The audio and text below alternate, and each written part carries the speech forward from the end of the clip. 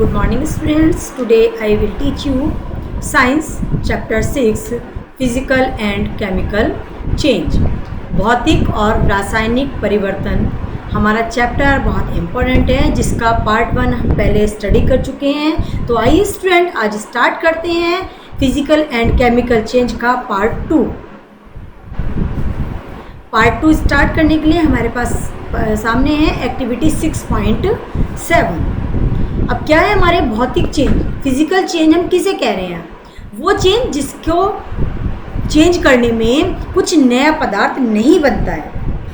Physical change वो change है जिनके भौतिक गुणों में कुछ परिवर्तन तो होते हैं, पर इन परिवर्तनों में कोई नया पदार्थ नहीं बनता है, वो हमारे भौतिक परिवर्तन कहलाते हैं। इसी के साथ केमिकल चेंज क्या है? उनकी गुण अवस्था आदि में चेंज होते हुए केमिकल चेंज में कोई नया पदार्थ जब बनता है, जैसे दूध से दही बनना, दही से हम दोबारा दूध नहीं बना सकते हैं, तो ये हमारा केमिकल चेंज कहलाता है। तो आइए स्टार्ट करते हैं अपनी activity 6.7 to be demonstrated by the teacher.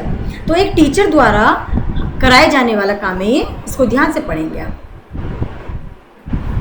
Dissolve about the teaspoonful of copper sulfate blue vitriol or Nila Thota in about half a cup of water in a glass tumbler or a beaker.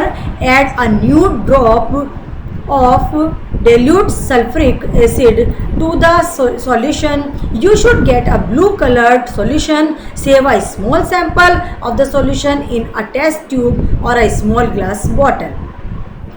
तो देखिए, कांच के एक गिलास या कटोरे में एक चौड़े मुंह की एक बोतल में लगभग आधा कप पानी लीजिएगा और उसमें क्या डालना है हमें? Copper sulphate. कॉपर सल्फेट आपने हिंदी में नाम सुना होगा नीला तोता, जो किसी भी पंसारी की दुकान पर इजीली मिल जाता है। डाल करके उसमें आप घोल लीजिए। अब इस विलयन में तंतु सल्फ्यूरिक अम्ल की कुछ बूंदें मिलाइए। अब आपको नीले रंग का जो विलयन मिल जाएगा। एक परख नली या कांच की छोटी बोतल में विलयन का थोड़ा सा नमूना बचा लीजिए और बचे हुए विलयन में एक कील या उपयोग किए जा चुके हुए ब्लेड का एक टुकड़ा डाल दीजिए। लगभग हाफ एन आवर बाद आप वेट कीजिएगा कि आप विलयन के रंग को देखिए। इसकी तुलना में अलग से बचाए गए नमूने वाले विलयन के रंग में कुछ आप चेंज महसूस करेंगे। Do you see any change in the colour of the solution? क्या आप उसमें कुछ चेंज देख रहे हैं? टेक आउट द नेल और the blade has it change in any way? The change that you notice are due to reaction between copper sulfate and iron. The change of color in the solution from the blue green is due to the formation of iron sulfate, a new substance. The brown deposit on the iron nail is copper. तो आप क्या पाएंगे उसमें? आप देखेंगे कि जो आपको उसमें चेंजेस दिखाई दिए हैं वे कॉपर सल्फेट और लोहे के बीच अभिक्रिया करने के कारण ही होते हैं। ऐसे पदार्थ आयरन सल्फेट से बनने के कारण होता है। लोहे की कील पर भूरा निक्षेप कॉपर या तांबे की परत के कारण होता है, जो एक अन्य पदार्थ बनाता है। इस अभिक्रिया को हम एक इक्वेशन द्वारा भी समझ सकते हैं। Copper sulphate solution blue plus iron sulphate solution green, copper brown deposit.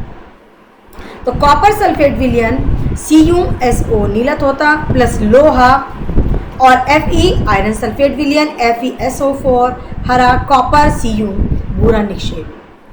Next आती है हमारी activity 6.6। Take about the teaspoonful of vinegar in a test tube, add a pinch of baking soda to it. आपको vinegar लेना है। Vinegar सबके घरों में easily मिल जाता है, जिसको हम हिंदी में कहते हैं सिरका।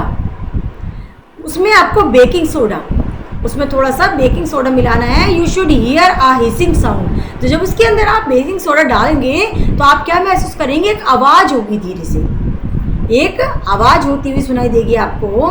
पास the gas through freshly prepared lime water as shown in figure 6.5. जैसा कि आप देख रहे हैं फिगर 6.5 में भी देख रहे हैं कि जो आपको आवाज़ होगी तो उसमें एक बुलबुले टाइप से भी दिखाई देंगे। अब चूने के पानी में क्या परिवर्तन होता है ये आप देखने के लिए परख नली लेंगे और उसमें किस तरह से होता है इसको आप एक क्वेश्चन द्वारा समझेंगे। The change in the test tube is follows vinegar acetic acid plus baking soda sodium hydrocarbonate. The reaction between carbon dioxide and lime water is as follow। तो आप इससे महसूस करेंगे क्या कि जो हमारा परख नली में परिवर्तन निम्न प्रकार के हुए, सिरका डाला हमने, खाने का सोडा और कार्बोनेट, कार्बन डाइऑक्साइड CO2 और अन्य पदार्थ कार्बन डाइऑक्साइड और चूने के पानी के बीच अभिक्रिया के कारण होती है। तो कार्बन डाइऑक्साइड की जो सूत्र है वो है CO2, चूने के पानी CaOH2, कैल्शियम कार्बोनेट को कहते हैं सूत्र में CaCO3 प्लस जल का सूत्र है हमारा H2O। स्टूडेंट्स अपनी नोटबुक में सभी सूत्र एक जगह पर नोट कीजिएगा ताकि आप उनको अच्छे से याद कर सकें।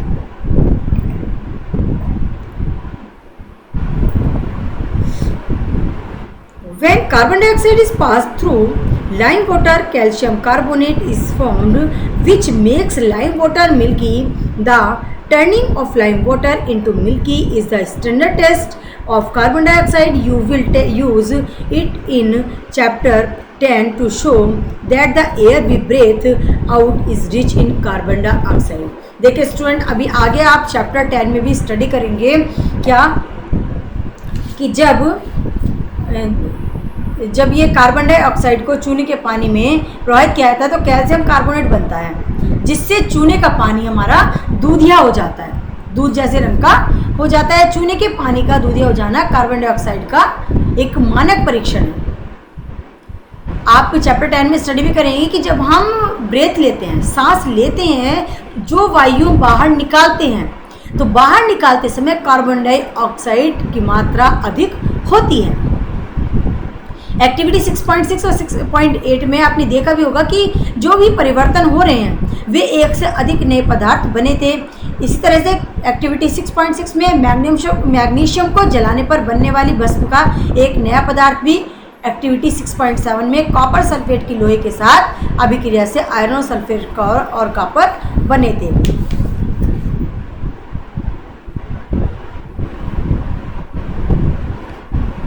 A change in which one or more new substance are formed is called a chemical change।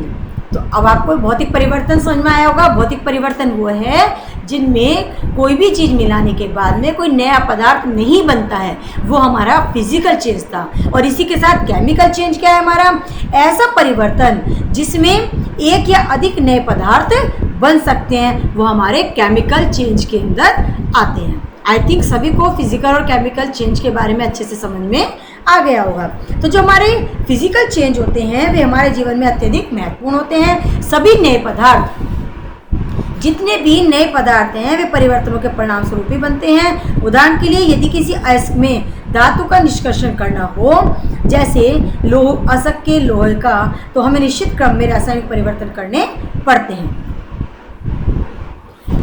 इसी के साथ आगे चलते हैं। Chemical change are very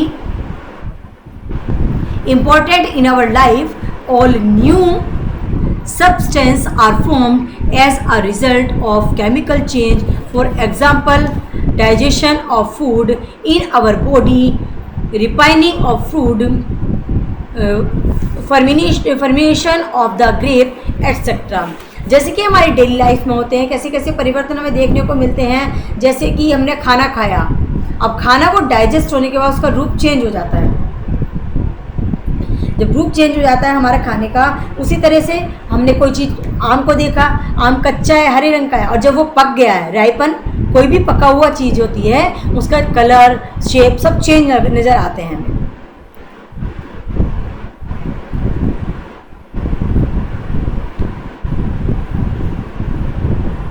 We have seen that one or more substances are produced in the chemical change in addition to new products the flow में accompany a chemical change. तो देखिए हम ये भी देखते हैं कि रासायनिक परिवर्तन, जो केमिकल चेंज है हमारे, एक या अधिक नए पदार्थ निर्मित होते हैं। नए उत्पादों के अतिरिक्त रासायनिक परिवर्तनों में निम्न तरह की घटनाएं भी हो जाती हैं। नंबर 1 कौन सी हमारी, ऐसे हीट, लाइट और any other relation. Ultraviolet, for example, may be given off or absorbed. Sound may be produced. A change in smell may take place or a new smell may be given off. तो सबसे पहले तो है heat, ऊष्मा, प्रकाश या किसी भी अन्य प्रकार की विकिरण के लिए निर्मुक्त बाहर निकालना और उनको अवशोषित करना। और एक अलग तरह की आवाज़ उत्पन्न होना, जैसे आपने देखा होगा कोल्ड ड्रिंक वगैरह में अगर आप थोड़ा सा सॉल्ट ऐड करते हैं तो उससे एक आवाज़ आती है। इस तरह की कोई भी आवाज़ आना, कभी कभी स्मेल अलग हो जाती है चेंज होने में, या कोई नई गंध का बन जाना। कलर चेंज में टेक प्लेस, कई बार कलर भी चेंज होता है। अ गैस में बी फॉर्म्ड, किसी गैस का बना, जैसे आपने इनो का पैकेट लिया और उसको पानी के अंदर अगर मिलाया तो आपका क्या होगा, उसका झाग से बन के आएंगे, आवाज़ होगी और उसका बिल्कुल शेप वगैरह सब चेंज हो जाएगी। Let us look at some example. You saw the burning of magnesium ribbon in the chemical change.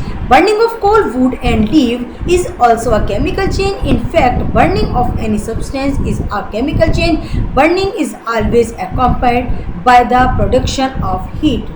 तो आपने देखा कि मैग्नीशियम के फीते का जलना एक हमारा केमिकल चेंज था। कोयला, लकड़ी, पत्तियों का जलना भी एक हमारा केमिकल चेंज है। वास्तव में क्या होता है कि किसी भी पदार्थ का जलना एक रासायनिक परिवर्तन होता है। जलने के साथ सदैव हमेशा हीट उत्पन्न होती है उसमें। Explosion of a firework is a chemical change. You may that such an explosion produce heat, light, sound and unpleasant gas that pollute the atmosphere. That is why you are advised not to play with fireworks. आपने देखा होगा पटाखों से, जैसे पटाखे चलाते हैं उसमें से गंध भी आती है और आवाज़ भी तेज होती है, तो वो हमारे पर्यावरण को प्रदूषित भी करते हैं। तो हमें ऐसी सलाह नहीं देनी चाहिए कि पटाखे जलाए जाएं, जिनसे हमारा पर्यावरण भी प्रदूषित हो रहा है। इसी के साथ when food get spoiled, जब हमारा खाना भोजन हो जाता है, बासी हो जाता है, it produce a foul smell. बासी भोजन से एक अलग तरह की गंध उत्पन्न होती है। Shall we call this change is chemical change? शायद इसको भी हम chemical change कह सकते हैं।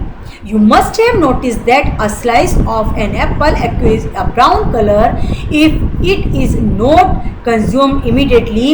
If you have not seen the change in color, तो आपने देखा भी होगा कई बार हमने जब एप्पल को कट किया तो एप्पल को काटने के बाद में उसके बाद थोड़ी देर अगर उसको रख देंगे तो वो एक ब्राउन कलर का उसमें चेंज उत्पन्न होता है।